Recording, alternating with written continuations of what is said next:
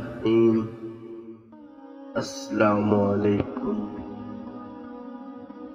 ایک شخص رسول اللہ صلی اللہ علیہ وآلہ وسلم کی خدمت میں حاضر ہوا اور اس نے اپنے باپ کی شکایت کی کہ یا رسول اللہ صلی اللہ علیہ وآلہ وسلم، میرا باپ مجھ سے پوچھتا نہیں اور میرا سارا مال خرچ کر دیتا ہے۔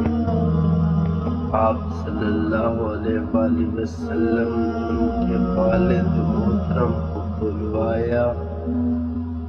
جب ان کے والد کو پتہ چلا کہ میرے بیٹے نے رسول اللہ صلی اللہ علیہ وآلہ وسلم سے میری شکایت کی ہے تو دل میں رنجیدہ ہوئے اور رسول اللہ صلی اللہ علیہ وآلہ وسلم کی خدمت میں حاضری کے لیے چلے آئے۔ چونکہ عرب کی گھوٹی میں شاعری تھی تو راستے میں کچھ اشعار ذہن میں کہتے ہوئے پہنچے۔ ادھر بارگاہ رسالت میں پہنچنے سے پہلے حضرت جبرائیل علیہ السلام آپ کی خدمت میں حاضر ہوئے اور فرمایا کہ اللہ سبحانہ و تعالی نے فرمایا ہے کہ ان کا معاملہ بعد میں سنیے گا، پہلے وہ اشعار سنے جو وہ سوچتے ہوئے آ رہے ہیں۔ جب وہ حاضر ہوئے تو آپ صلی اللہ علیہ وآلہ وسلم نے فرمایا کہ آپ کا مسئلہ بعد میں سنا جائے گا، پہلے وہ اشعار سنائیے جو آپ سوچتے ہوئے آئے ہیں۔ وہ مخلص صحابی تھے، یہ سن کر وہ رونے لگے کہ جو اشعار ابھی میری زبان سے ادا بھی نہیں ہوئے، میرے اپنے کانوں نے ابھی نہیں سنے، آپ کے رب نے وہ بھی سن لیے اور آپ صلی اللہ علیہ وسلم کو بتا بھی دیا۔ آپ صلی اللہ علیہ وسلم نے فرمایا کہ وہ کیا اشعار تھے، ہمیں سنائیں۔ ان صحابی نے اشعار پڑھنا شروع کیے۔ آپ کو ان کا آسان ترجمہ بتانے کی کوشش کرتے ہیں، کیونکہ جو اشعار تھے اور جس اعلیٰ پائے کے تھے اور جو جذبات کی کیفیت تھی، ان کی صحیح ترجمانی اردو میں مشکل ہے۔ بہرحال اشعار کچھ اس طرح سے تھے کہ اے میرے بیٹے، جس دن تو پیدا ہوا ہماری محنت کے دن تبھی سے شروع ہو گئے تھے۔ تو روتا تھا، ہم سو نہیں سکتے تھے، تو نہیں کھاتا تھا تو ہم کھا نہیں سکتے تھے،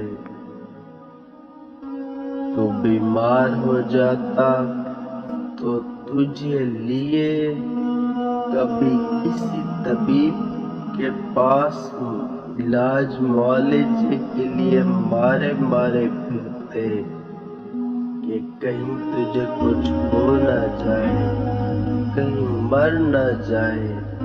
حالانکہ موت الگ چیز ہے اور بیماری الگ چیز ہے۔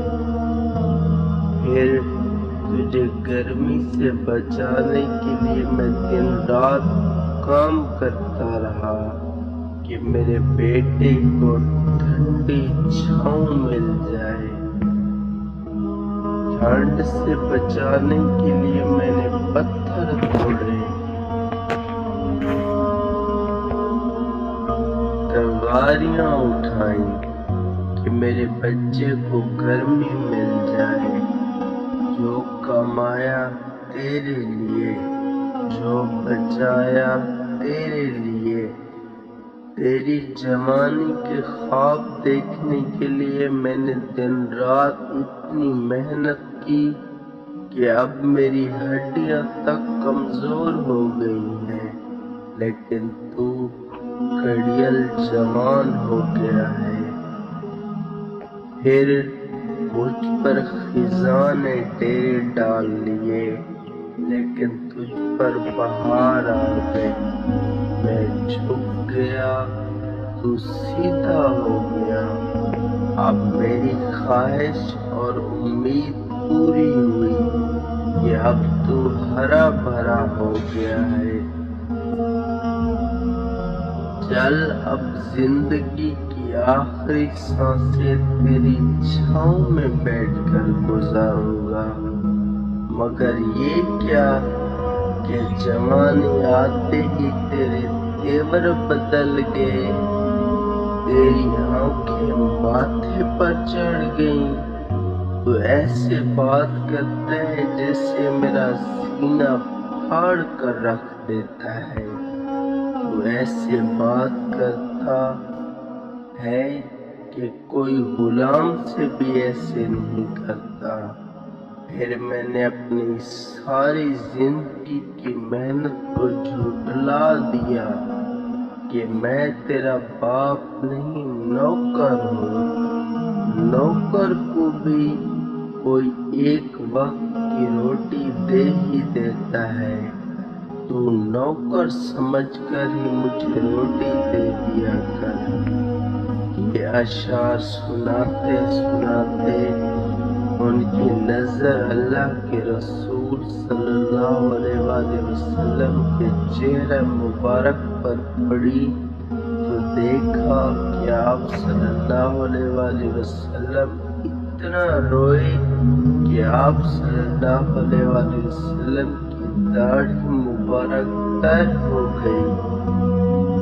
آپ صلی اللہ علیہ وآلہ وسلم جلال میں اپنی جگہ سے اٹھے اور بیٹے کو فرمایا کہ تو اور تیرا سب کچھ تیرے باپ کا ہے۔